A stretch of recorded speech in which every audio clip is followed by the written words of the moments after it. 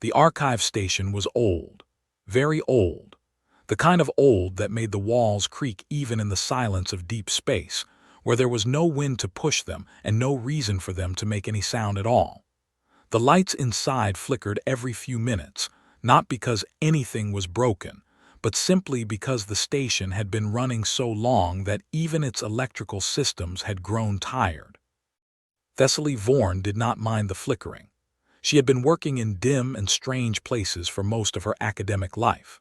She had 4 eyes, 2 large ones in front and 2 smaller ones on the sides of her wide, flat head, and all 4 of them were perfectly capable of reading in low light. It was one of the small advantages of being an ethin in a galaxy full of species who needed bright rooms and loud machines to feel comfortable. She sat in a narrow chair in front of a terminal that was older than her grandmother, scrolling through file after file of cartography records. Her fingers moved quickly. Her 2 front eyes were fixed on the screen. Her 2 side eyes wandered around the room out of habit, watching for nothing in particular. She was supposed to be here for routine work. The Conclave Cartography Guild, the organization that employed her as an intern, had sent her to this decommissioned archive station on the edge of the Drenvar system to recover old survey files and transfer them to the new central database. It was boring work. It was the kind of work that was given to interns precisely because it was boring, and no senior cartographer wanted to spend 3 weeks floating in a dead station copying files. Thessaly had not complained. She liked old things.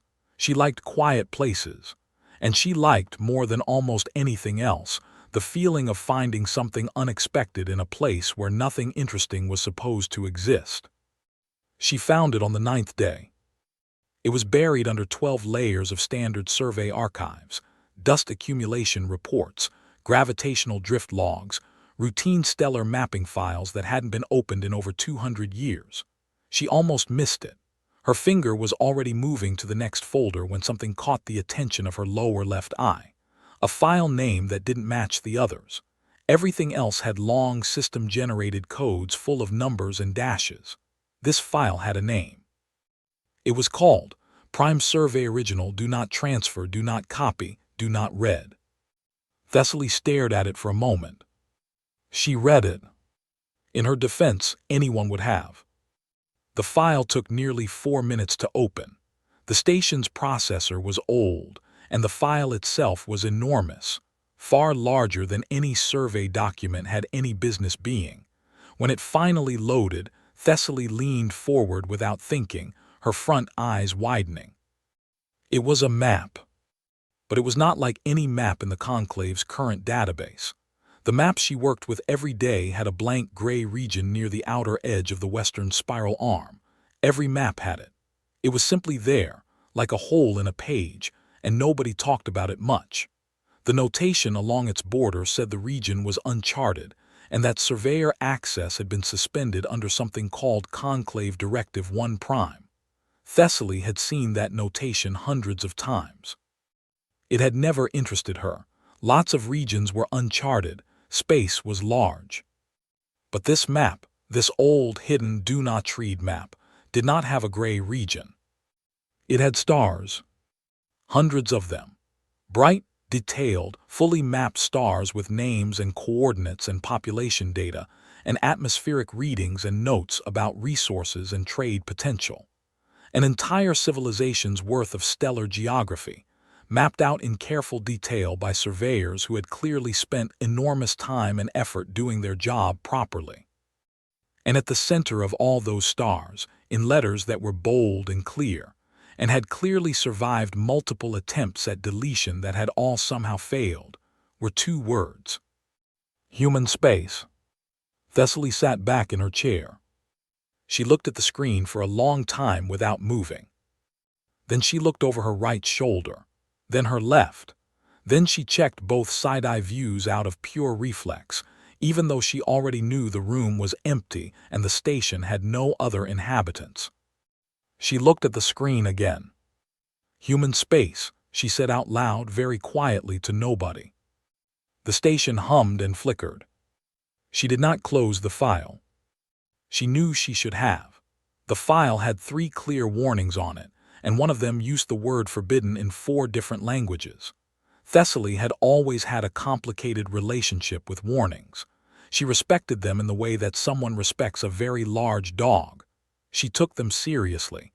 She did not provoke them carelessly, but she also did not simply walk away without understanding what she was dealing with. She started reading. The survey data was old, older than she had expected. Some of it dated back over 1,000 years, to the early expansion period when the conclave was still young and its member species were still learning to work together and map the galaxy with shared tools. The earliest entries were simple: a few scout probes sent into the western spiral arm, returning data about a yellow star and a small rocky system orbiting it. Standard findings. Nothing alarming. Then the notes changed. The scout probes sent to the third planet of the yellow star detected something unexpected: radio signals. Structured ones. The kind that only came from thinking beings. This was not unusual in the early conclave era. New species were being discovered regularly. The surveyors had logged it with professional excitement and flagged it for contact protocol. The contact protocol sent a larger ship. The larger ship came back with a report that Thessaly read twice before she was sure she understood it correctly. The species on the third planet, which called itself humanity and called its planet Earth, was friendly. It was curious. It wanted to communicate, and it did so quickly and well once both sides worked out a shared language. It had no faster-than-light travel yet, but its people were clearly intelligent and its technology was advancing fast. None of that was the problem. The problem was everything else the surveyors had found, because Earth, they reported, was not what any of them had expected. It was not the technology that unsettled the early surveyors. Humanity's technology was young by galactic standards, interesting, occasionally creative, but nothing that could threaten a conclave exploration vessel. It was not the size of the human population, which was large for a single planet species but not extraordinary. It was the wars.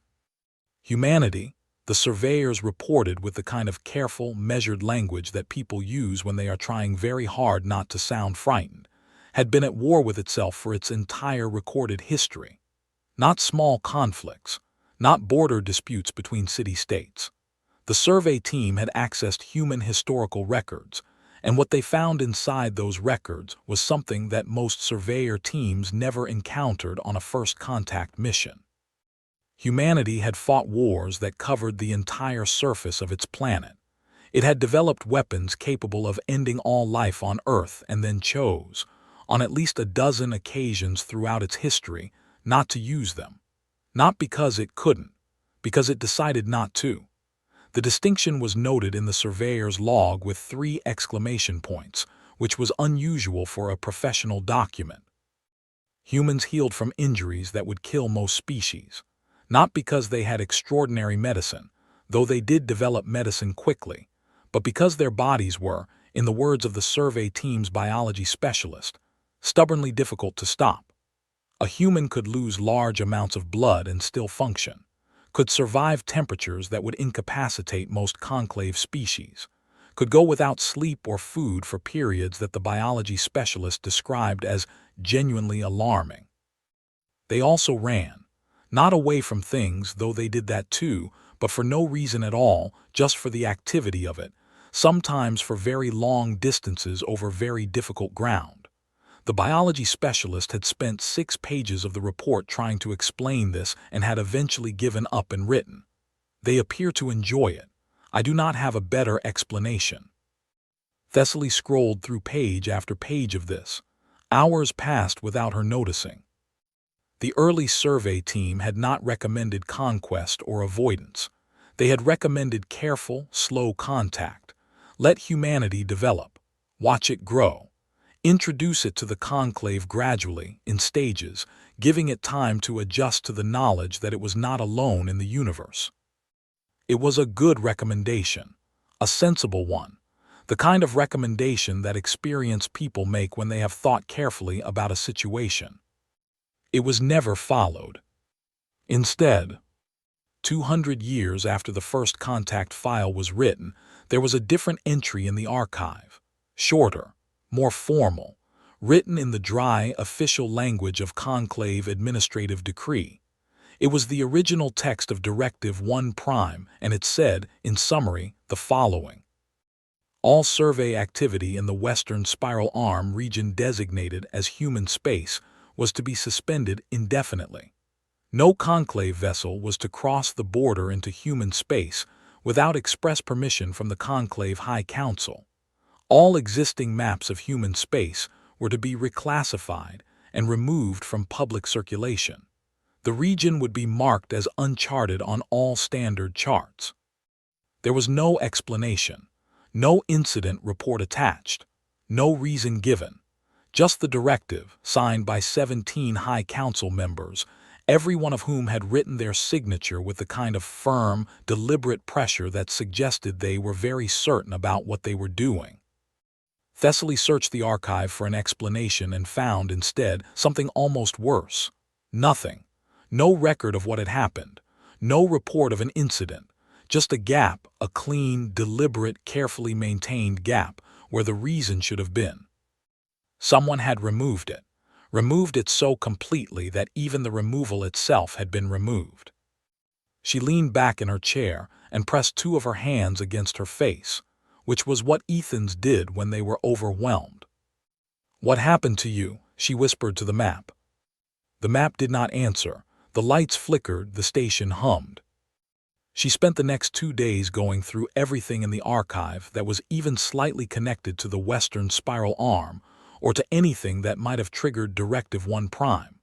She found fragments, pieces of things, an old diplomatic communication from a species called the Vreth that mentioned recent activities near the outer arm border, without saying what those activities were.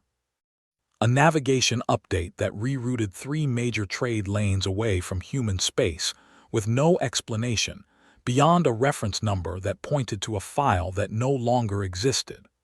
A biology research paper from a conclave medical university that had been citing a study on human physiology.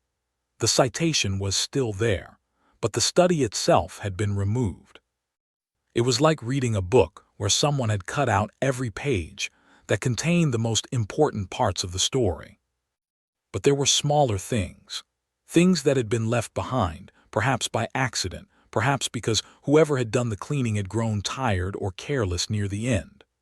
A surveyor's personal journal, appended to the back of an otherwise empty administrative file. A single paragraph in a diplomatic memo that had survived because it was buried at the bottom of a much longer document about something completely unrelated. The journal entry was from a surveyor named Sel Tavar, and it was dated roughly 800 years ago, well after Directive 1 Prime had been issued. It read, "Passed near the border today, did not cross, nobody crosses, but I could see 2 of their ships from the observation deck, long, heavy things with shapes that don't match anything in the design catalog. They didn't hail us, didn't come toward us, just sat there on their side of the line, watching. I asked the captain if we should report them. She said we should look away, set a course for Drenvar, and never speak of this again. So I'm writing it down instead, because I don't think things that are real should disappear just because someone is afraid of them." Thessaly read the entry 3 times. The diplomatic memo paragraph was shorter, written by an ambassador whose name had been redacted, addressed to the Conclave Trade Committee roughly 300 years ago. It said only, "I strongly advise against any further economic actions targeting human space. We do not fully understand what we are dealing with, and I do not think we want to. Some borders are drawn not by walls but by wisdom. This is one of them." On the 3rd day, Thessaly did something she had been putting off because she knew it would make everything harder to ignore. She cross-referenced the star data from the hidden map against the current public charts. The calculation took her terminal most of the morning. When it finished, the results sat on her screen in plain numbers that were very easy to understand. Human space, based on the original survey data, contained 412 star systems. The majority had planets. Many of those planets had been flagged in the old surveys as inhabited, or capable of being inhabited, or already showing signs of development. Humanity had been a spacefaring species for at least several centuries by now, based on the development timeline in the early contact files. 412 systems. An entire civilization. Sitting right there on the western edge of the known galaxy, behind a gray patch on a map, while the rest of the conclave went about its daily business and quietly, carefully, collectively refused to look. Thessaly saved a copy of the original map to a personal drive, tucked the drive into the inner pocket of her work jacket, and then sat for a long time thinking about what she was going to do next. The sensible thing, the safe thing, was to finish her transfer assignment, pack her tools, file her routine report, and go back to Conclave Central Station and never mention the archive file to anyone for the rest of her life. She thought about the surveyor named Sel Tavar who had written things down because they deserved to be real. She thought about the clean, deliberate gap where the reason for Directive 1 Prime should have been. She thought about 412 stars and the civilization living among them that the rest of the galaxy had agreed, without ever having a meeting about it, to simply pretend did not exist. She closed the terminal, she packed her tools, she filed her routine report. She kept the drive in her inner pocket all the way back to Conclave Central Station. And she started asking questions. The first thing Thessaly learned, once she began asking carefully, quietly, in the way that she had learned to ask things when she wanted answers and not just polite refusals, was that she was not the only one who knew. There were others. Not many, and they did not talk openly, but they existed, older cartographers who had noticed the gray patch and been told to leave it alone, historians who had found fragments of the old survey records and quietly set them aside rather than report them, a retired conclave diplomat who had been stationed near the western arm early in her career and who, when Thessaly found her and sat across from her in a small tea house on Verath Station and asked a careful question, went very still for a moment and then said, "You found the archive file?" "Yes," Thessaly said.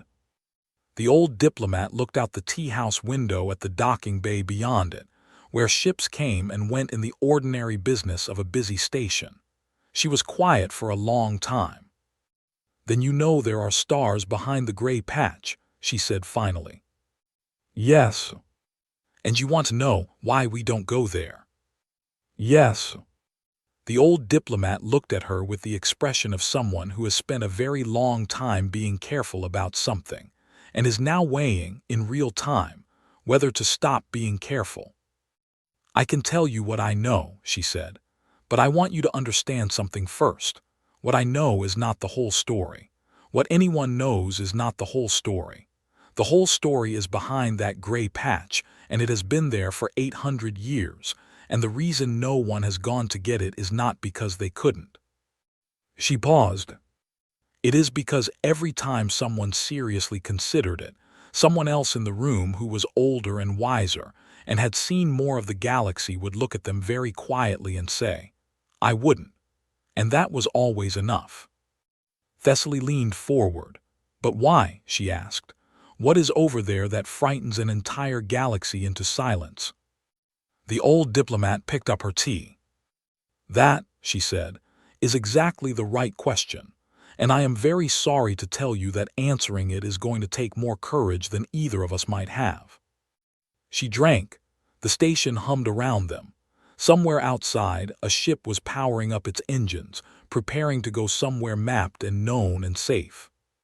Thessaly kept her hands very still on the table and thought about the drive in her pocket, and the map on it, and the 412 stars that were waiting, in the gray patch, for someone brave enough to look. The old diplomat's name was Senna Rao, and she had seen more of the galaxy than most people twice her age. She had worked border stations, trade negotiations, first contact follow-ups, and the kind of quiet diplomatic missions that were never written up in official records because they went wrong in ways that no one wanted to explain later. She had white ridges along the back of her neck that turned pale when she was stressed, and for the entirety of her first conversation with Thessaly Vaughn, they were very pale indeed. She did not tell Thessaly everything at once. That was not how Senna Rao did things. She told things in layers, like someone carefully removing old bandaging from a wound slowly, watching for the flinch, adjusting the speed based on what she saw. The first layer was this. The gray patch had a name among the older diplomatic corps. They called it the quiet border. Not human space, not the uncharted region, not anything that appeared in any official document. Just the quiet border, spoken in low voices in private rooms, always with a small pause before and after the words, the way you might speak the name of something you respected enough to handle carefully. "Why quiet?" Thessaly asked. "Because nothing loud has ever come out of it," Senna said. "No broadcasts, no territorial claims, no aggressive movements, no demands, complete silence from their side and complete silence from ours by agreement." She tilted her head. "Though I always thought the name was a little dishonest. Quiet suggests peace. What it really means is that both sides are very deliberately not making noise." "Both sides," Thessaly repeated. "So they know about us, they know we're out here." Senna gave her a look that said this was perhaps the most obvious question she had ever been asked. Of course they know. They have known for centuries. They were the ones who detected the Conclave's early survey probes. Their astronomers identified our ships before our ships identified their planet. She paused. They have simply chosen, as we have, not to make a formal event of it. "Why?" "That," Senna said, "is what I am going to try to explain to you, and I want you to understand that I am not entirely certain my explanation is correct. I am only certain that it is the closest thing to correct that I have found." She started with the Vreth. The Vreth hegemony was not today a major power in the Conclave. It occupied a modest set of star systems in the Eastern Arm, was known primarily for its shipbuilding industry, and participated in Conclave politics with the quiet, unremarkable efficiency of a species that had learned, at great cost, not to reach too far. But 800 years ago, the Vreth hegemony had been the dominant military force in the known galaxy. It had the largest fleet, the most advanced weapons, the most aggressive foreign policy, and it had, roughly 8 centuries in the past, decided that the Western Spiral Arm, including whatever was inside the gray patch, belonged to it. The Vreth fleet that crossed into human space numbered 4,000 warships. Thessaly had read a fragment of this in the archive, but Senna had more detail, drawn from sources she declined to name, and documents she described only as very old and very private. The fleet crossed the border on a clear mission: survey, claim, and if necessary, conquer. The Vreth were experienced at this. They had done it 6 times before with other species and other regions, and it had always worked out in their favor because the Vreth were disciplined and organized, and had more firepower than anything they had ever encountered. What happened next was recorded by the single Vreth ship that came back. The humans had no fleet of comparable size. What they had was smaller, older, and by all technical measurements significantly less advanced than what the Vreth had brought. They should have, by any reasonable military calculation, simply lost. They did not lose. What the Vreth records described, in language that Senna said became increasingly strange and agitated as the account progressed, was that the humans simply did not behave the way an outnumbered force was supposed to behave. They did not retreat to defensible positions and sue for terms. They did not surrender when their losses became severe. They did not follow any of the tactical patterns that the Vreth military strategists had built their models around, because all of those models were built on the assumption that at some point, a losing side would accept that it was losing. The humans did not accept this. They fought in small groups and large groups. They adapted their tactics mid-battle, sometimes in ways that the Vreth commanders described as making no logical sense, and then 3 hours later turned out to make terrible sense. When one approach failed, they tried something different. When their ships were damaged, they kept the damaged ships in the fight rather than pulling them back. When their pilots were exhausted, they fought exhausted. Senna paused here and looked at Thessaly carefully. The Vreth Admiral's personal log was part of the document said I read. He was not an emotional man. He had fought in 7 campaigns and was famous for his cold judgment. But there is a section of his log, written on the 6th day of the engagement, where he describes watching a single human vessel, a small one, heavily damaged, one of its main drives clearly dead, continue to maneuver and fight and refuse to retreat or go silent. And he wrote, I do not understand what keeps it moving. By every measure I have, it should have stopped. But it has not stopped. It will not stop. I am beginning to think it will not stop until there is nothing left of it at all. This is not how war is supposed to work. Thessaly sat quietly. The Vreth fleet withdrew after 3 months, Senna continued. They had lost more than 3,000 ships. The humans had lost more proportionally because they had less to begin with. But they were still fighting when the Vreth turned around. Still fighting. She let that sit for a moment. The surviving Vreth ship reached home carrying the survivors of the campaign and a note. A physical note on actual paper, written by hand. It said, and this I have memorized because I think it is one of the most important sentences ever written in the history of the galaxy. We have returned your people. Please don't do this again. From Earth. The tea house was very quiet. Outside, ships moved in the docking bay, going about their ordinary business. Please don't do this again, Thessaly said softly. A threat, Senna said. Not a demand, not a declaration of war or a list of terms, just a request, polite, almost gentle. She picked up her tea, found it was empty, and set it down again. The Vreth never went back. And when other species learned what had happened, and they did learn because these things always spread, even when everyone is trying to keep them quiet, they decided, one by one, that the western spiral arm was perhaps a part of the galaxy that didn't need exploring. The second story was about the Solon Merchant Collective, and it was different in character, but in some ways even more disturbing. The Solon were traders. They had no interest in conquest.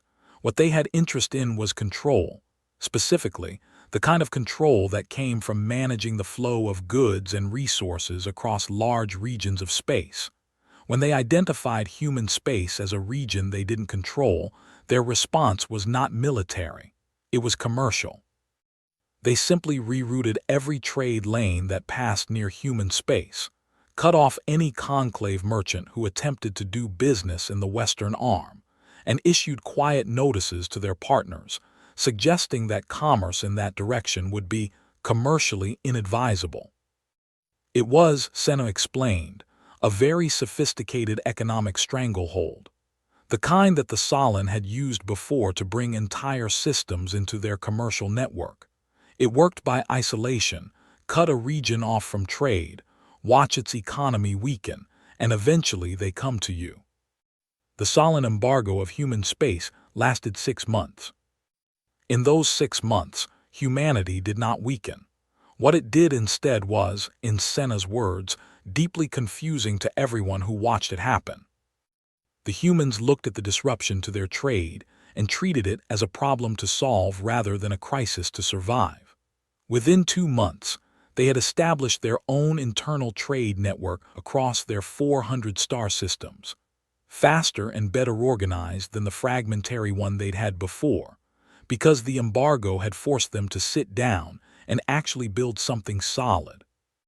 Within 4 months, they had identified conclave worlds that were also being poorly served by Solon trade routes and had found ways to offer them better terms, not through aggression, but simply by being cheaper and faster and more reliable.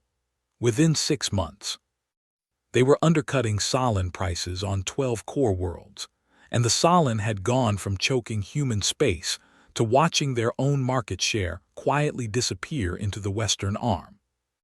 The Solon ended the embargo without announcement or explanation.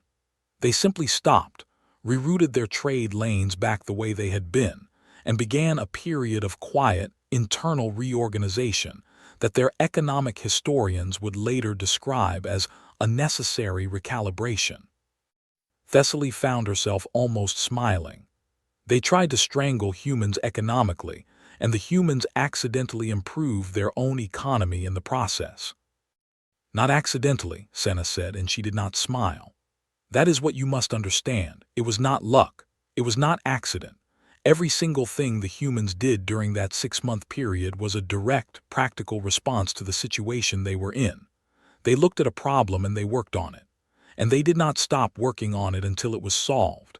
And then they kept going because once they were working, they found other problems nearby that were also worth solving.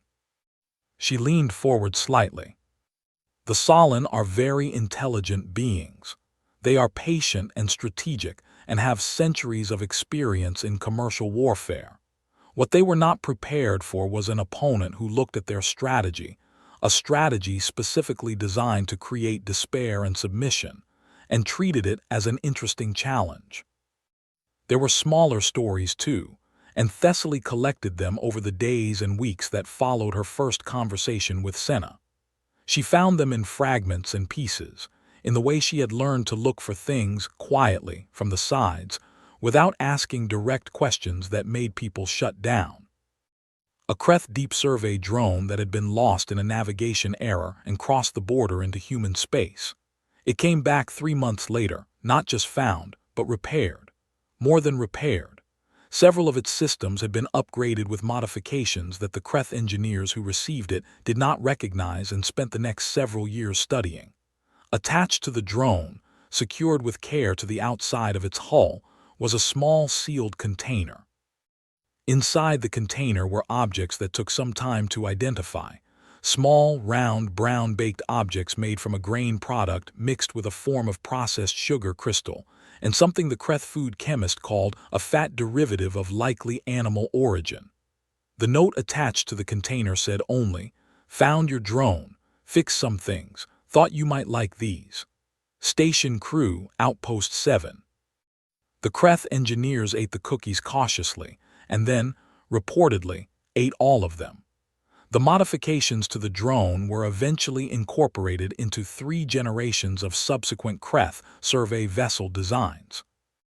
There was the story of a conclave passenger liner that had suffered a catastrophic navigation failure near the border and crossed 3 light-years into human space before its emergency systems managed to stop it. Human ships had reached it within hours. They had provided power, medical assistance, and enough supplies to get the liner home. They had charged nothing. They had asked for nothing. The only thing they had requested was that the liner captain confirm the names and home worlds of all passengers, which Senna said had confused everyone until someone with enough historical knowledge pointed out that the humans appeared to be checking whether any of their own people were aboard. A habit, apparently, of never leaving their own behind if they could help it. There was the story of the border incident near the Tenvar Reach, when a conclave military patrol had misjudged its position in an ion storm and found itself facing a human defense station. The patrol captain had expected confrontation.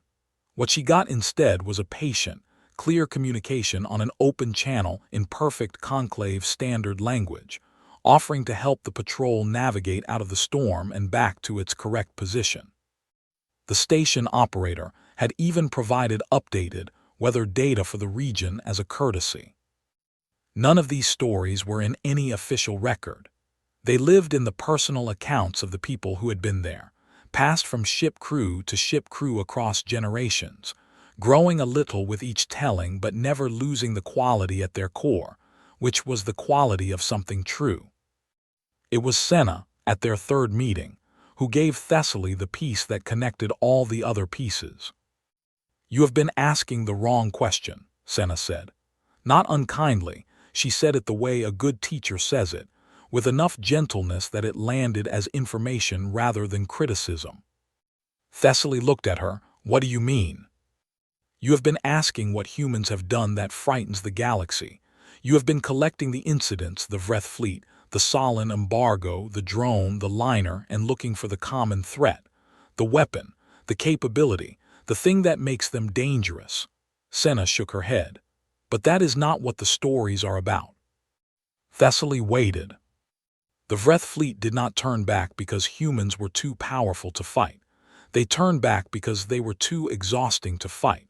Because fighting them felt like fighting something that would simply never end, and that feeling was more frightening than any weapon the humans actually carried. Senna folded her hands on the table. The Solon did not end their embargo because they were beaten. They ended it because they were outworked by a civilization that looked at a serious problem and treated it as something interesting rather than something hopeless. The drone was not sent back as a show of power. It was sent back because humans found a broken thing and their instinct was to fix it.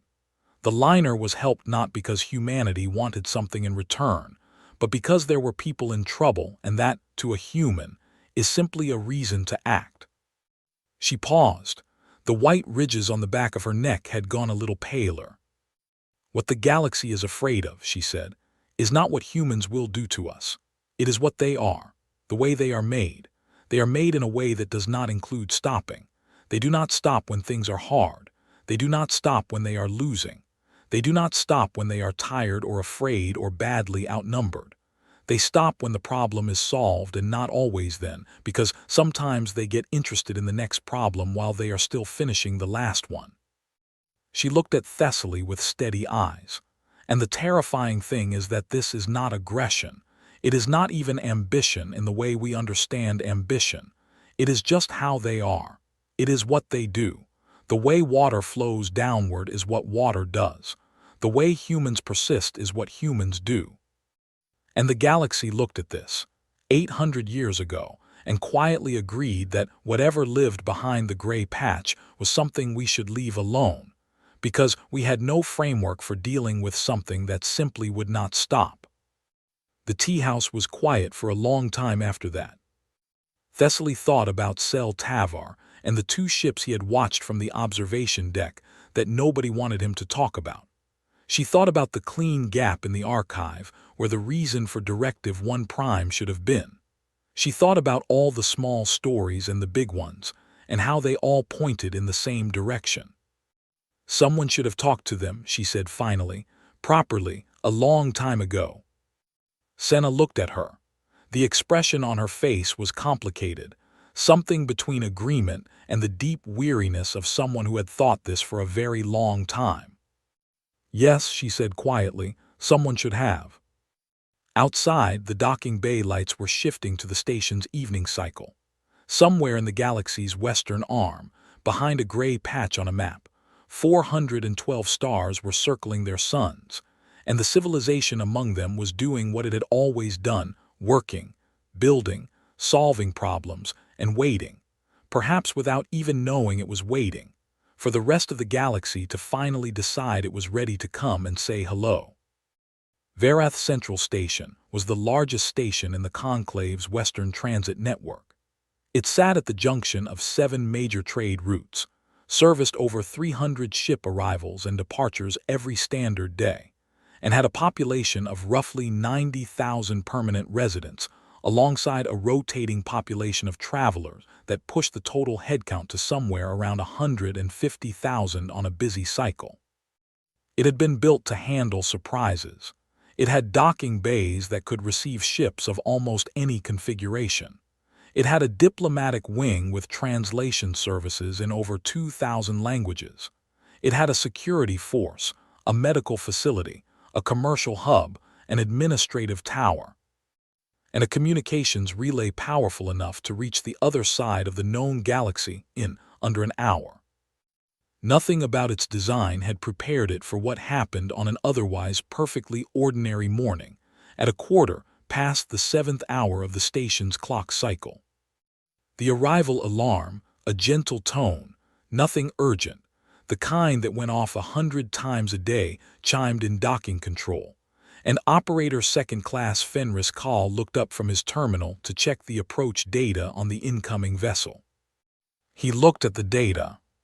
He looked at it again. He looked around the control room to see if anyone else was looking at their screens, and found that 2 of his colleagues were, and that both of them had gone very still. "Fen," said his colleague Prate in a very careful and controlled voice, "are you seeing what I'm seeing?" I'm seeing it, Fenris said. It's a ship. It is a ship, yes. Coming from the direction of the western arm, yes. There was a silence in the control room that was not actually silent because all the equipment was still running, but felt silent because everyone in it had stopped making any sound at all. It's broadcasting, said the third operator, Liz, staring at her screen with her head tilted as if that might help her understand what she was reading.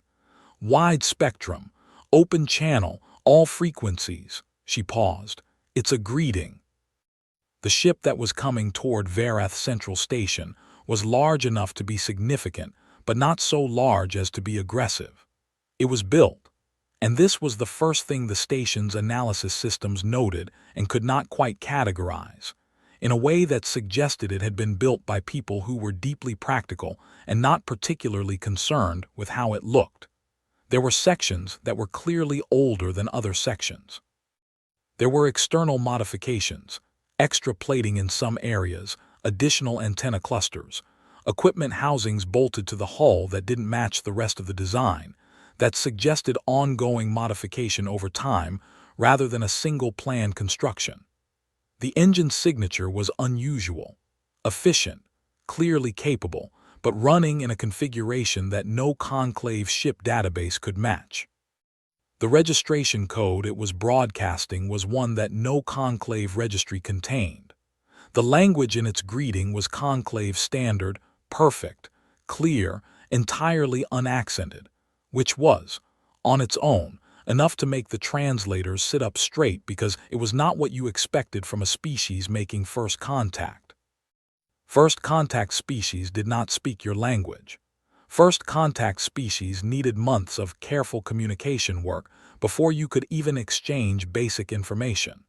First contact species were not supposed to already know you well enough to address you clearly in your own tongue on their first approach to your station.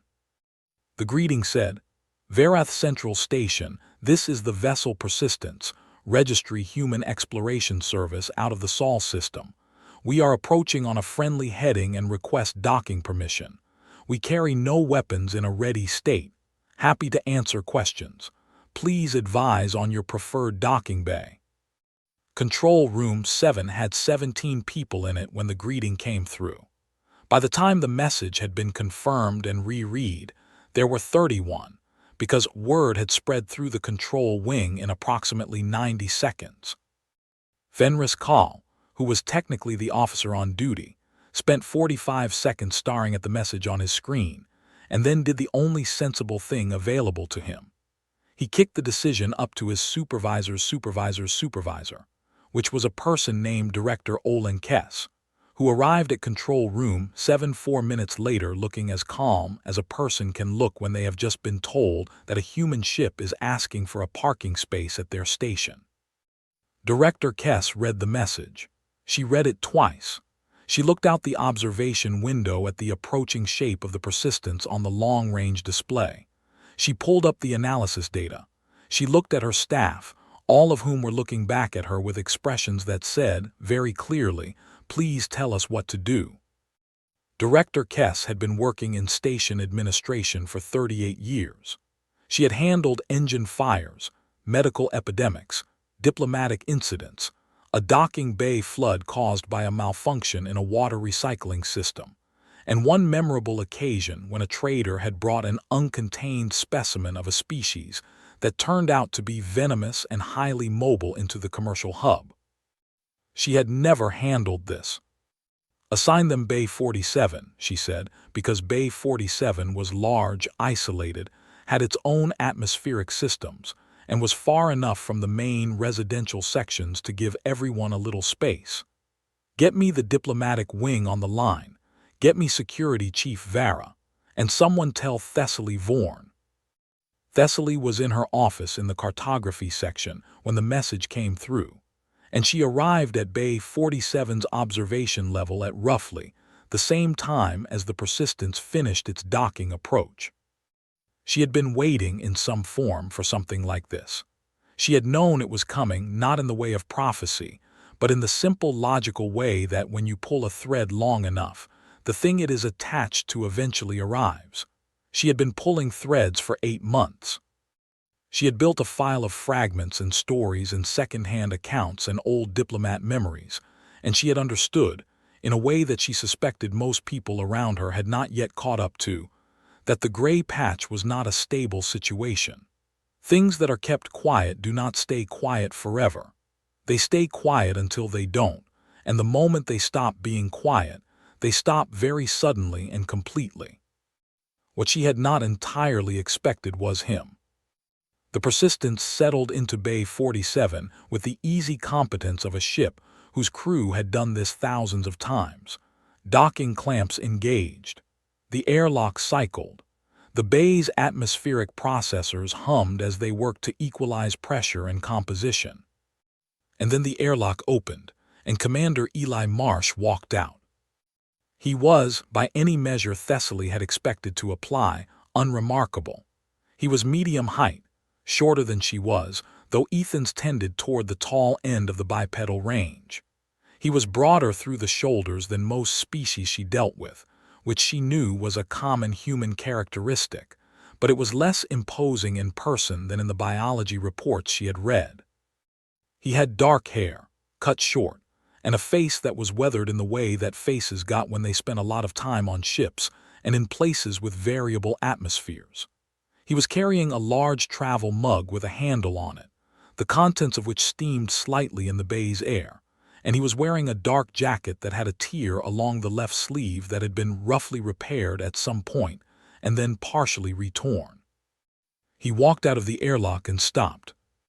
The observation level above Bay 47 had, in the 11 minutes since his arrival had been announced on the station's internal network, accumulated somewhere between 300 and 400 people. Not security staff. They were present but standing back, per Director Kess's instructions. Just residents and travelers and workers who had heard that a human was docking at Bay 47 and had decided that whatever they had been doing was less important than seeing this. Marsh looked up at them. They looked down at him. He looked around the bay. He looked at the airlock he had just come through. He looked at the security staff standing at a respectful and very careful distance.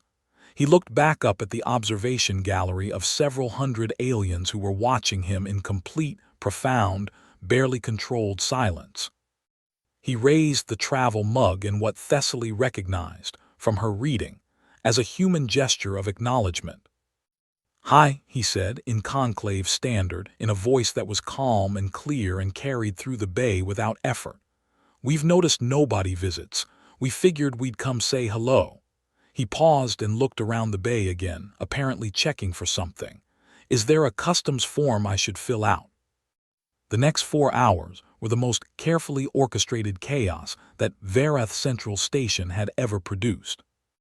Director Kess handled it with the steady efficiency of someone who understood that the correct response to unprecedented situations was to apply very normal procedures to them as quickly as possible, because normal procedures were calming for everyone involved, including the unprecedented situation itself.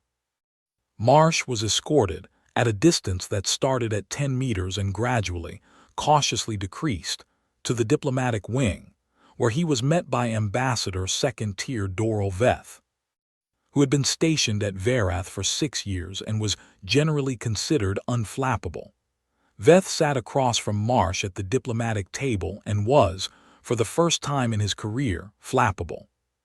Thessaly got herself into the room by the simple method of telling 3 different people that someone else had already cleared her presence there. It was not strictly ethical. She was not strictly sorry. She sat at the far end of the table and watched. Marsh set his travel mug on the table, which was an antique piece of conclave diplomatic furniture worth more than most small ships, and which had never in its history had a travel mug set on it, and looked at Ambassador Veth with a direct, open expression that Thessaly found herself cataloging carefully. He was not nervous. That was the first thing. Not performing calm, actually calm, in the deep-down way of someone for whom this situation, however unusual, was simply a problem to be worked on, and problems were things he was accustomed to. He had lines around his eyes that suggested he spent a lot of time in expressions of concentration or amusement, and at the moment it was not entirely clear which one was operating. "I want to be clear up front," he said to Ambassador Veth. "We're not here to make demands, issue statements, or start anything that needs a treaty. I am specifically authorized to have a conversation and not much else. The conversation can be about anything you want." He glanced around the room. "Though I notice you've got a cartographer in the back, so I'm guessing some of this is going to be about the map." Every head in the room turned toward Thessaly. Thessaly felt all four of her eyes widen. "We know about the gray patch," Marsh said, without looking away from the ambassador, but with a tone that suggested he was entirely aware of the cartographer's reaction. "We've known for a while. We thought it was funny at first. Then we thought it was a little sad. Then we just let it be, because it seemed like you needed it to be that way and we had other things to work on." He picked up his travel mug and took a drink. "But there's a generational thing that happens, I think. Somebody who was alive when the original decision was made, they have a reason for the rule. They understand why. But 10 generations later, you've got people following a rule whose reason nobody remembers, and that's when things start to go sideways. Because a rule without a reason is just a habit, and habits are harder to fix than decisions." Ambassador Veth had recovered his composure sufficiently to ask, "Are you suggesting that the current situation, the border arrangement, is unsustainable?" "I'm suggesting it's a little silly," Marsh said pleasantly. "No offense intended. I'm sure whoever set it up had good reasons. But right now you have, 40 million species in the conclave, and every one of them is walking around a gray patch on a map without really knowing why, and we're on the other side of that gray patch doing the same thing, and it would be genuinely useful for everyone if we just had a conversation." He paused. "Also, we've been picking up some of your distress signals from ships that get into trouble near the border, and we keep helping, but we have to do it secretly, and it's getting logistically complicated." There was a long silence. "You have been helping ships in distress," Ambassador Veth said slowly, "secretly." "For about a century," Marsh confirmed. "It's not a big operation. If somebody's in trouble and they're nearby, we help. It seemed like the right thing to do." He looked mildly puzzled by the expression on the ambassador's face. "Is that a problem?" Thessaly left the meeting 3 hours later with her head full of things that needed organizing. She went to the cartography section's small break room, made herself a drink, and sat down and wrote a list. The list had 2 columns. The first column was headed "What I expected," and the second was headed "What actually happened." The first column was long. It had items about difficult negotiations and veiled threats and careful diplomatic language, and the kind of slow, guarded exchange of information that characterized every first contact in conclave history. The second column had 1 item. He asked about a customs form. He said it would be useful for everyone. He has been secretly helping ships in trouble for 100 years because it seemed like the right thing to do.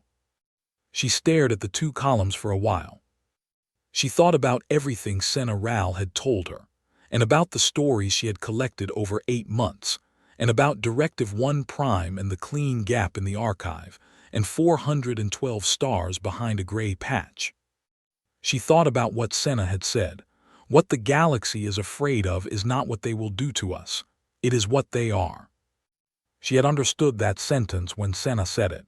She had thought she understood it completely. But sitting in the break room with a list that had 1 item in the second column, she understood it better. Because what made Eli Marsh quietly, genuinely, fundamentally unsettling was not that he was frightening.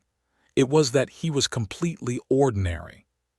He was a person sitting across a diplomatic table, drinking something hot from a travel mug with a torn sleeve, asking practical questions and making practical observations and being, in every visible way, simply a person who had a job and was doing it. And somewhere behind the gray patch on the map, there were billions more of him. All of them working, All of them persistent. All of them looking at the galaxy's gray patches, its blank spaces, its avoided questions, its rules without reasons, and asking, in calm and reasonable voices, whether it might be useful to actually talk about this. Thessaly finished her drink, put down the list, and went back to the diplomatic wing. She had questions, and for the first time in 8 months, there was someone she could ask them to directly. The diplomatic wing of Varath Central Station had 12 meeting rooms. They ranged from large, formal chambers with high ceilings and symbolic lighting arrangements designed to communicate equal standing between delegations, all the way down to small, plain rooms with round tables and no decoration at all, which were used for conversations that needed to be honest rather than ceremonial. Eli Marsh chose one of the small rooms. He said he preferred round tables because nobody had to sit at the head and spend half the meeting wondering what that meant. Ambassador Veth had looked at him for a long moment after this statement with the expression of a diplomat who had spent 30 years navigating the significance of table geometry and was now being asked to set all of that aside. He managed it with grace and joined Marsh at the round table, and Thessaly sat across from them, both with her recorder and her 4-page list of questions, the first of which she had rewritten 14 times to make sure it was not going to come out wrong. She asked it anyway, and it came out slightly wrong, which she suspected was unavoidable. "How long have you known?" she said. Marsh looked at her. It was, she had noticed over the past day, a specific kind of look, not unfriendly, but very direct, the kind that communicated that the person behind it was paying close attention and not going to pretend they weren't. "How long have we known about the conclave? About the gray patch? About the fact that we deliberately left you off the map?" He thought about it for a moment, which she appreciated because it meant he was actually considering the question rather than giving her a prepared answer. "Officially, about 300 years. There's a record in our public archives of an astronomer who noticed that the survey probe traffic from the galactic east had stopped, and that the last probe came from a specific direction, and then there were no more." She worked out what it meant that someone had made a decision to stop coming and filed a report with what passed for our government at the time. He took a drink from his ever-present travel mug. The report didn't cause a crisis. People talked about it for a while and then went back to work, which is what we tend to do. It didn't frighten anyone. Some people were worried about it. There was a theory for a while that we'd done something wrong, that you'd found us dangerous and decided to quarantine us. That theory had a decent following for a generation or two, but it didn't really hold up because if you wanted to quarantine us, you'd have done something more active than just not coming back. You just stopped, and the stopping felt more like backing away than boxing us in. He tilted his head. It felt like we'd scared you somehow. And that felt strange to us, because from where we were sitting, we were the ones who were outnumbered. Thessaly wrote something in her notes. "But you still didn't come to find out." "Not officially, no. We were busy." He said it simply, without apology or irony, and Thessaly believed him completely because she had spent 8 months learning about what humanity had been doing in its 412 star systems for the last 8 centuries, and the answer was, a great deal. We had planets to settle, systems to develop, a lot of internal problems to work through. And there was a feeling, not a policy, just a feeling, that whatever was on the other side of the line had decided they didn't want to meet us, and pushing people who don't want to be pushed wasn't something we needed to do. "And the ships you've been helping?" He shrugged slightly. "That was never official policy either. It's just, if you see someone in trouble and you can help them, you help them. Some of our people near the border made that call individually over the years, and it became a habit. We never announced it because we figured it would cause more problems than it solved." The conversation went on for 2 hours, and Thessaly asked questions and Ambassador Veth asked questions, and Marsh answered all of them with the same direct, unfussy honesty that she was beginning to think was simply the way he communicated, not a diplomatic technique, not a practice style, but a genuine preference for saying the actual thing rather than the safe version of the thing. She asked about the Vreth fleet. He nodded slowly. We knew it was coming before it crossed the border. Long-range detection. There was a lot of internal debate about what to do. He paused. Some people wanted to send a diplomatic signal before they arrived. Some people wanted to wait and see if they stopped at the border. Some people wanted to prepare a full military response immediately. He looked at his mug. The people who wanted to wait won the argument, and the Vreth didn't stop at the border, so the military response happened anyway. 4,000 warships, Ambassador Veth said quietly. It was a large fleet, Marsh agreed. We had less. What we had were people who understood the territory and had a reason to be there that the Vreth didn't have, and who were willing to keep going past the point where a rational calculation would tell you to stop. He was quiet for a moment. We don't like losing people. I want to be clear about that. It wasn't a glorious thing. It was ugly and it cost a lot, and there are memorials on 16 worlds that list the names. But the alternative was losing the systems those people lived in and the people who were in them and everything they were building, and that wasn't acceptable. He looked up. So they didn't stop, and eventually the Vreth decided it wasn't worth continuing. The note, Thessaly said, please don't do this again. Marsh nodded. That was a line commander named Hana Yu. She was on the ground operation on the third planet. When the Vreth fleet started withdrawing, she found the ship they were using for prisoner transport, got the prisoners out, put them back on the Vreth ship, and wrote that note herself. She had very neat handwriting, apparently. It's in a museum now. He paused. She thought it was important to be polite about it. She said you shouldn't make people feel more humiliated than necessary when they're already leaving. Ambassador Veth looked as if this piece of information was doing something complicated to his understanding of the universe. She thought about their feelings after they invaded. She was that kind of person, Marsh said. Thessaly asked, eventually, the question she had been building toward. Not the question about the Vreth fleet or the Solon embargo or the drone or any of the specific incidents she had spent months collecting. The question underneath all of those questions, the one that Senna Ral had told her was the right one, back in the tea house on the day that had started all of this. What are you, she said. Not politically, not militarily. What are humans in a way that helps me understand why an entire galaxy decided to leave you alone? Marsh was quiet for longer than he had been quiet for any previous question. He set his travel mug down and looked at it for a moment, and she had the sense that he was not performing thoughtfulness. He was actually thinking, turning the question over, looking at it from different sides. There's a word we use, he said finally.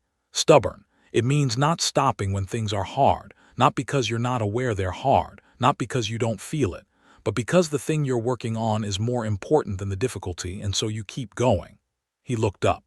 Every species is stubborn about some things, but for humans it's less about the specific thing and more about everything. We get interested in something and we don't stop being interested. We make a promise and we keep tracking it even when it's become inconvenient. We meet a problem and something in us turns toward it instead of away from it, even when turning away would be easier. He leaned back slightly. The other thing is that we're curious in a way that doesn't turn off. There are species that are curious until a thing becomes dangerous, and then the curiosity stops because survival overrides it. For humans, and I'm being honest here, not boastful, the danger doesn't turn off the curiosity. It changes it. It makes the curiosity more focused. A human who is told that is dangerous, don't go there, tends to want to understand why, and that wanting is stronger than the fear. He paused. This has gotten us into a lot of trouble historically. It has also gotten us out of a lot of trouble, because the same drive that walks you toward the danger is the drive that keeps you working on the solution after everyone else has given up. Thessaly was writing. Ambassador Veth was very still. Is that why you're here? Veth asked. Curiosity. Partly, Marsh said, and partly because there are 800 years of missed conversations in the way and someone had to start. We figured, why not us? We're good at starting things." He picked up the travel mug. "Also, we kept picking up fragmentary signals from your side of the border that suggested someone over here had found some of our old survey files and started asking questions. We thought, if someone is brave enough to ask the questions, the least we can do is show up to answer them." He looked directly at Thessaly. She had all four eyes on him. "You picked up my research signals," she said. "We're very good at listening," he said. "We've had a lot of practice." Over the days that followed, a pattern developed that nobody had planned for and nobody knew quite how to manage. Marsh was not confined to the diplomatic wing. This had been Director Kess's decision, made on the logic that confining him would suggest they were afraid of him, and suggesting they were afraid of him seemed like a dynamic best avoided. So he was given a guest suite, a general access pass, and a polite request to inform someone if he intended to leave the station, and he was allowed to go where he wished within Varath Central's common areas. He went everywhere. Not aggressively, not nosily. He moved through the station with the easy manner of someone who was genuinely interested in his surroundings and made no particular effort to hide this. He asked questions of anyone who seemed willing to answer, about the station's systems, about the trade routes that passed through it, about the history of the Drenvar system, about what different species ate and what they did for work, and how their home worlds looked from orbit. He was not a broad, sweeping questioner. He asked specific, thoughtful things, listened to the answers carefully, and then asked better follow-up questions. He also, as people around him quickly discovered, fixed things. It started small. A water recycler in the residential section that had been making an odd sound for 3 weeks. He heard it, asked what it was, traced the sound to a specific coupling joint, borrowed a tool from a maintenance worker who happened to be passing, and corrected the coupling in about 4 minutes. The maintenance worker watched this with the expression of someone who had been meaning to get to that coupling for 3 weeks and felt simultaneously grateful and vaguely outclassed. Then it was a piece of cargo analysis software in the commercial section that was producing a recurring error in its weight calculations. Marsh happened to be present when a dock worker was staring at the error message with the expression of someone who had been fighting a machine all day and was losing. He looked at the screen, asked 2 questions, and identified the source of the calculation error. Not a software problem, but a calibration issue in a sensor module that fed data to the software, which nobody had thought to check, because the software's error message pointed to the software. Then it was a navigation display in the public transit section that was showing slightly incorrect route times due to a relay station that had drifted off its mapped position. Marsh caught it because he was looking at the display while waiting for a transit pod, noticed the times were wrong based on what he knew about the transit distances involved, asked a nearby station worker about it, and the station worker took the information up the chain, and the relay station was corrected within a day. "He keeps fixing things," Director Kess said to Thessaly, in a tone that was not quite complaint and not quite amazement but sat somewhere between the two. "I know," Thessaly said. "Nobody asked him to fix them." "I know. He just sees them and fixes them." "That," Thessaly said carefully, "seems to be how they work." On the 5th day, Marsh asked if he could see the cartography section. Thessaly took him herself. She showed him the current databases, the active survey projects, the map displays that showed the known galaxy in all its detail. He looked at everything with the specific attention he gave to anything that interested him, and said very little, and she let him look without rushing him.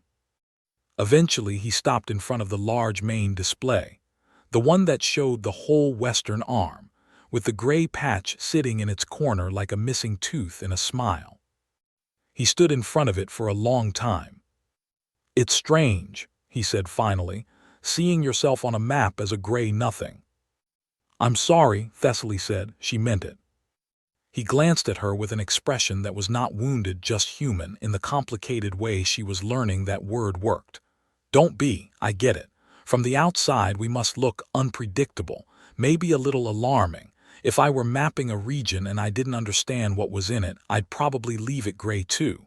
He looked back at the display. But it'd be better with the stars. Yes, she said, it would be. He was quiet for a moment.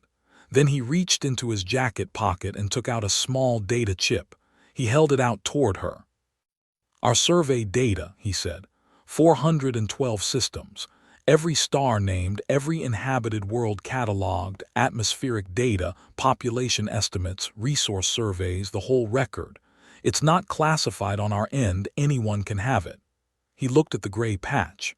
It'd be a shame for it to stay gray.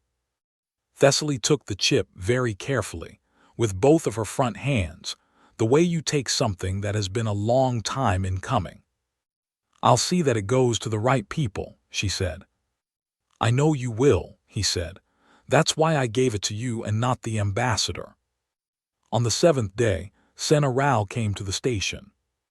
Thessaly had sent her a message, 3 lines, carefully written, that said only, "The question has been answered. I think you should come and meet the answer." Senna had arrived the next morning on the early transit and found Thessaly waiting for her at the docking gate with an expression that was hard to read, but that Senna, who was good at reading people, interpreted immediately and correctly as I was right, and I knew it, and I am trying very hard not to say so. Thessaly brought her to the small round table room, where Marsh was eating something he had obtained from the station's food service, and reading something on a small handheld screen. He looked up when they came in. He looked at Senna for a moment with those attentive eyes.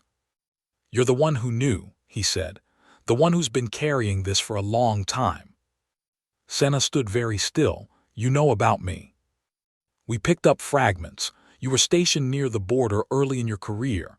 You've been doing careful, quiet work on this for decades. We noticed." He stood and held out his hand, a human greeting gesture that Senna, who had done her homework, recognized and accepted, clasping her hand around his in the way he offered it. "Thank you," he said, "for not letting it stay forgotten." Senna looked at him for a long moment. The white ridges on her neck went through 3 different shades in rapid succession, which Thessaly recognized as the ethin equivalent of a very emotional response being very carefully managed. "I had a colleague once," Senna said finally, "a long time ago. She told me that some things stay quiet not because they should, but because everyone around them is afraid. And she said the only answer to that was to not be afraid, to keep asking." She paused. "I was not always brave enough, but I kept going." Marsh looked at her with an expression that was warm and genuine, and completely uncomplicated. "That," he said, "is the most human thing I've ever heard anyone who isn't human say." The data chip that Eli Marsh had handed to Thessaly Vaughn was approximately the size of her thumbnail. It weighed almost nothing. She had set it on her desk when she returned to the cartography section that evening, and she had sat across from it for a long time, just looking at it. 412 star systems, on a piece of material she could have lost in a coat pocket. She transferred the data to the Cartography Guild's secure intake server and filed a formal acquisition report, which was the standard procedure for receiving new survey data. The intake form asked for the source of the data. She wrote, "Human Exploration Service, Human Space, Sol System." She clicked Submit. The form went up the chain.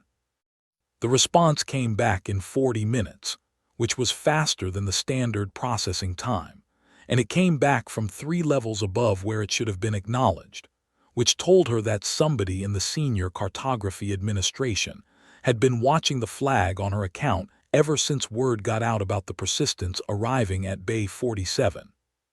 The response said, "Please hold this data pending review by the Senior Verification Committee." Thessaly looked at the response. Then she looked at the 8 months of work stacked in her personal files, the fragments from the archive station, the stories from Senna Rao, the fragments of old diplomatic memos and survey logs and personal journal entries, all the pieces of the real story that had been sitting behind the gray patch waiting for someone to put them together. She wrote back, "Understood, review process estimate." The answer was undetermined. She closed the reply window and did what she had learned to do from Eli Marsh. She set aside the part of the problem she could not move right now and found the part she could. She started building the new map. It was not simple work. Survey data from an independent civilization did not simply drop into a conclave cartography database without significant processing. Coordinate systems needed to be reconciled. Naming conventions needed to be standardized, or at least cross-referenced. Marsh had told her that humans had their own names for almost everything, and that they tended to be either very practical, second settlement, new harbor, or deeply strange by non-human standards, threshold, morning, the place where we tried again. The atmospheric and population data needed to be formatted to conclave standards. Thessaly did this work for 2 weeks, while the senior verification committee met and deliberated and sent her careful, formal messages asking careful, formal questions. She answered the questions thoroughly. She provided her documentation. She sent copies of the archive files she had recovered from the decommissioned station, including the original survey data and the original text of Directive 1 Prime.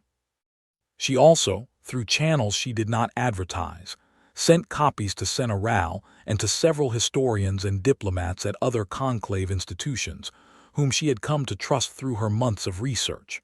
Not because she was planning anything, just because she had learned, watching the gray patch for 8 months, that information that lives in only one place has a way of disappearing. Marsh, for his part, was still on the station. His authorized stay had been extended 3 times now by Director Kess, who had initially seemed uncertain about his presence and had gradually moved to a position of something that looked very much like finding him useful. The water recycler coupling had been the beginning. The list of things he had identified and fixed since then had grown, and he had also, in his direct and practical way, started asking questions about the station's larger systems.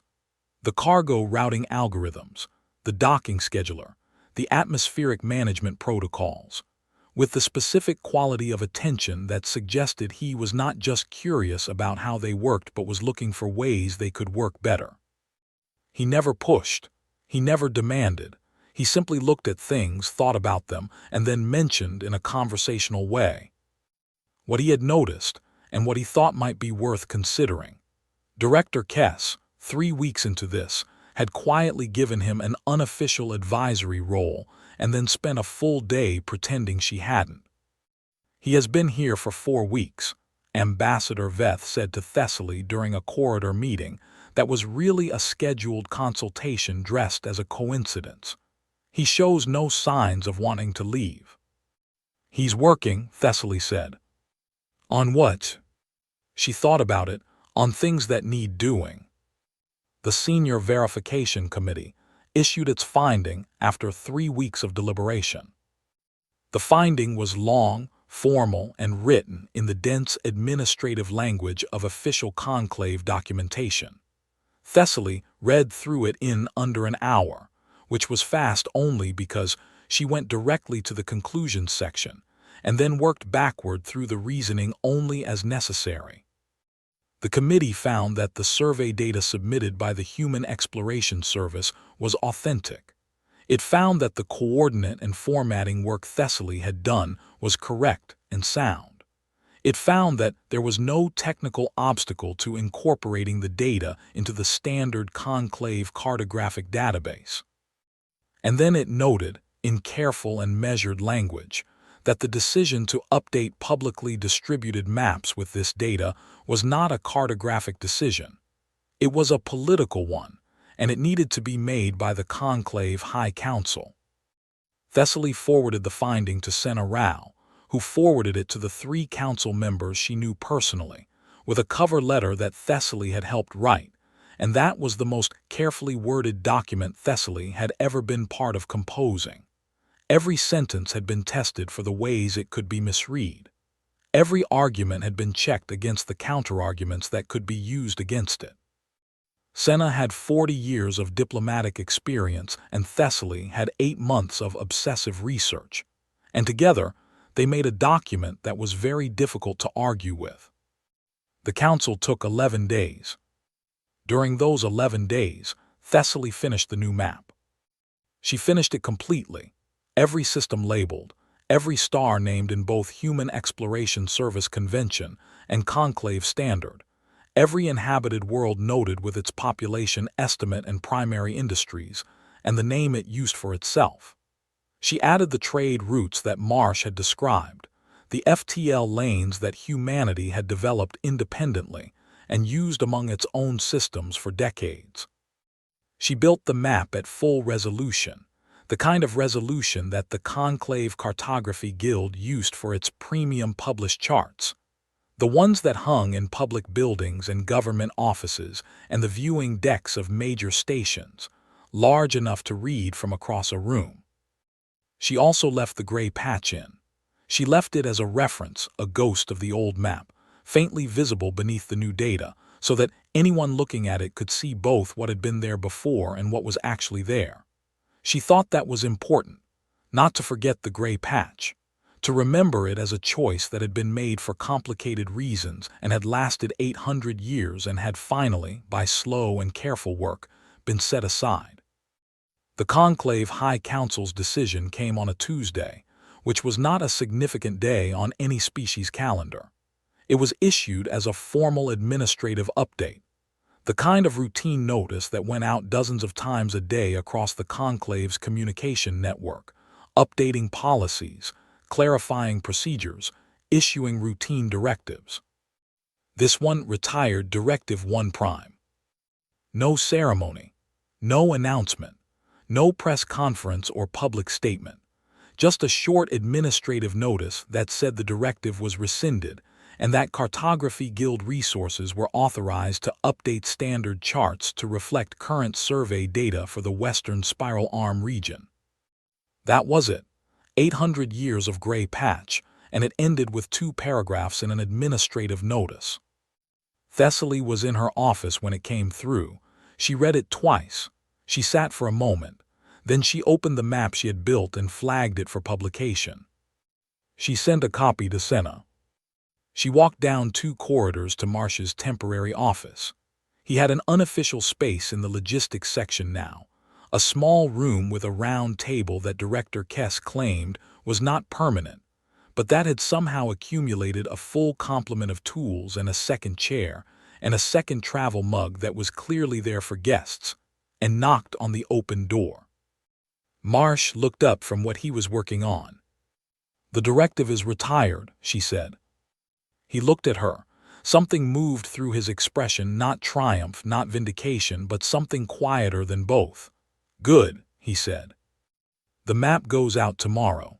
Full distribution across the Conclave network. Every station, every ship, every terminal." He nodded slowly. "Would you like to see it?" she asked, "before it goes out?" He put down what he was working on and stood up. She showed it to him on the main display in the cartography section, the same display they had stood in front of on the day he gave her the chip, the one that had shown the gray patch in its corner like a missing tooth. The gray patch was gone. In its place, the Western Spiral Arm was fully populated with stars, hundreds of them, bright and named and interconnected by routes and lanes, and the small notations that told the story of a civilization that had been building quietly for centuries. Human space was no longer a blank.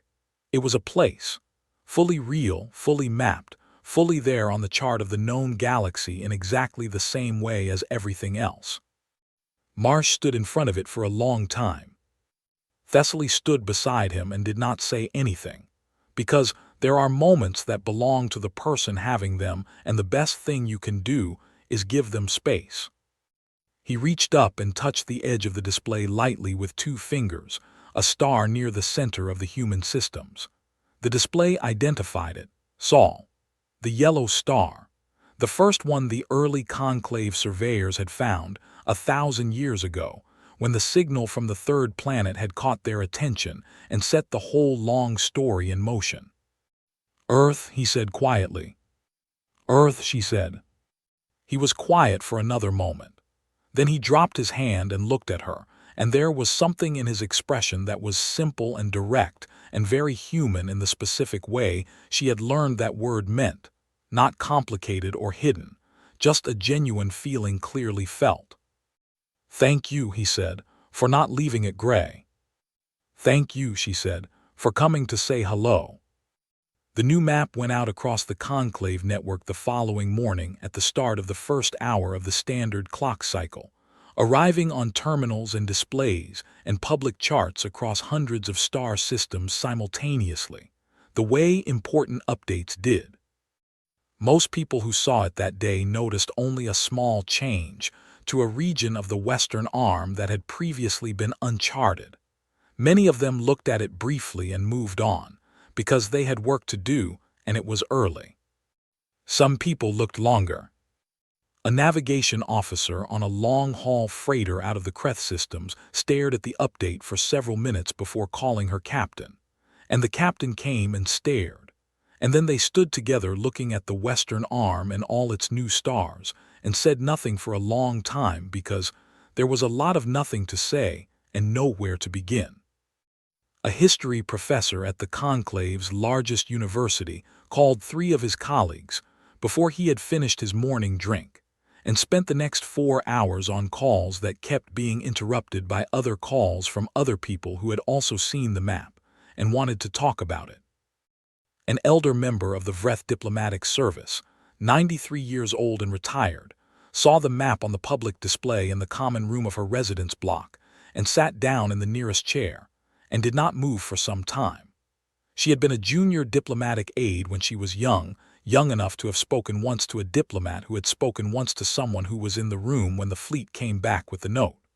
She had carried that story her whole life, turning it over occasionally, wondering. She looked at the map for a long time and thought about the note, and about the line commander with the neat handwriting who had thought it was important to be polite, and she thought, 800 years. It took us 800 years. And then she thought, better late than never. The conclave's formal contact protocols with human space were established over the following 18 months in the careful and deliberate way that significant things were done. Trade agreements were negotiated. Diplomatic missions were established.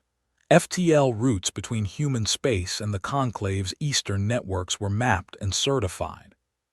Humans, true to everything Thessaly had learned about them, did not wait for the protocols to be finalized before getting involved. Human engineers appeared at conclave infrastructure projects before anyone had formally invited them, looking at systems with interested eyes and mentioning, helpfully, that they had a few ideas. Human merchants showed up at border stations with goods that turned out to be in high demand and competitively priced, having done their market research quietly in advance. Human explorers filed survey requests for regions the conclave had marked as too hazardous to investigate, apparently finding this description more interesting than discouraging. The conclave adapted. It had little choice, but the adaptation was not unhappy, which was something that the historians who later wrote about this period noted with interest. There was no conflict, no crisis, no moment of confrontation or threat.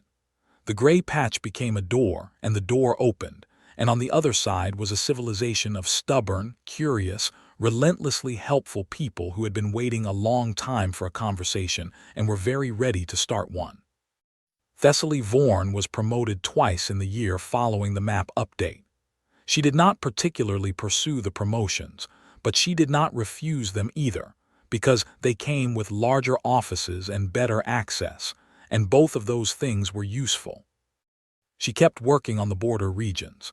There was still a great deal of cartographic catch-up to do in the Western Arm, and she was the person in the guild who understood it best.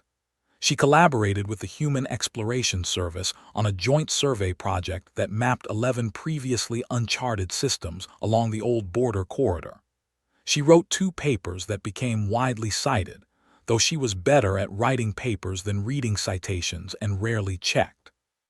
She kept in contact with Senna Rao, who consulted on the early diplomatic framework and retired shortly afterward, and sent Thessaly occasional messages from wherever she was traveling, which was usually somewhere interesting, and usually involved finding some old record or fragment that needed to be understood.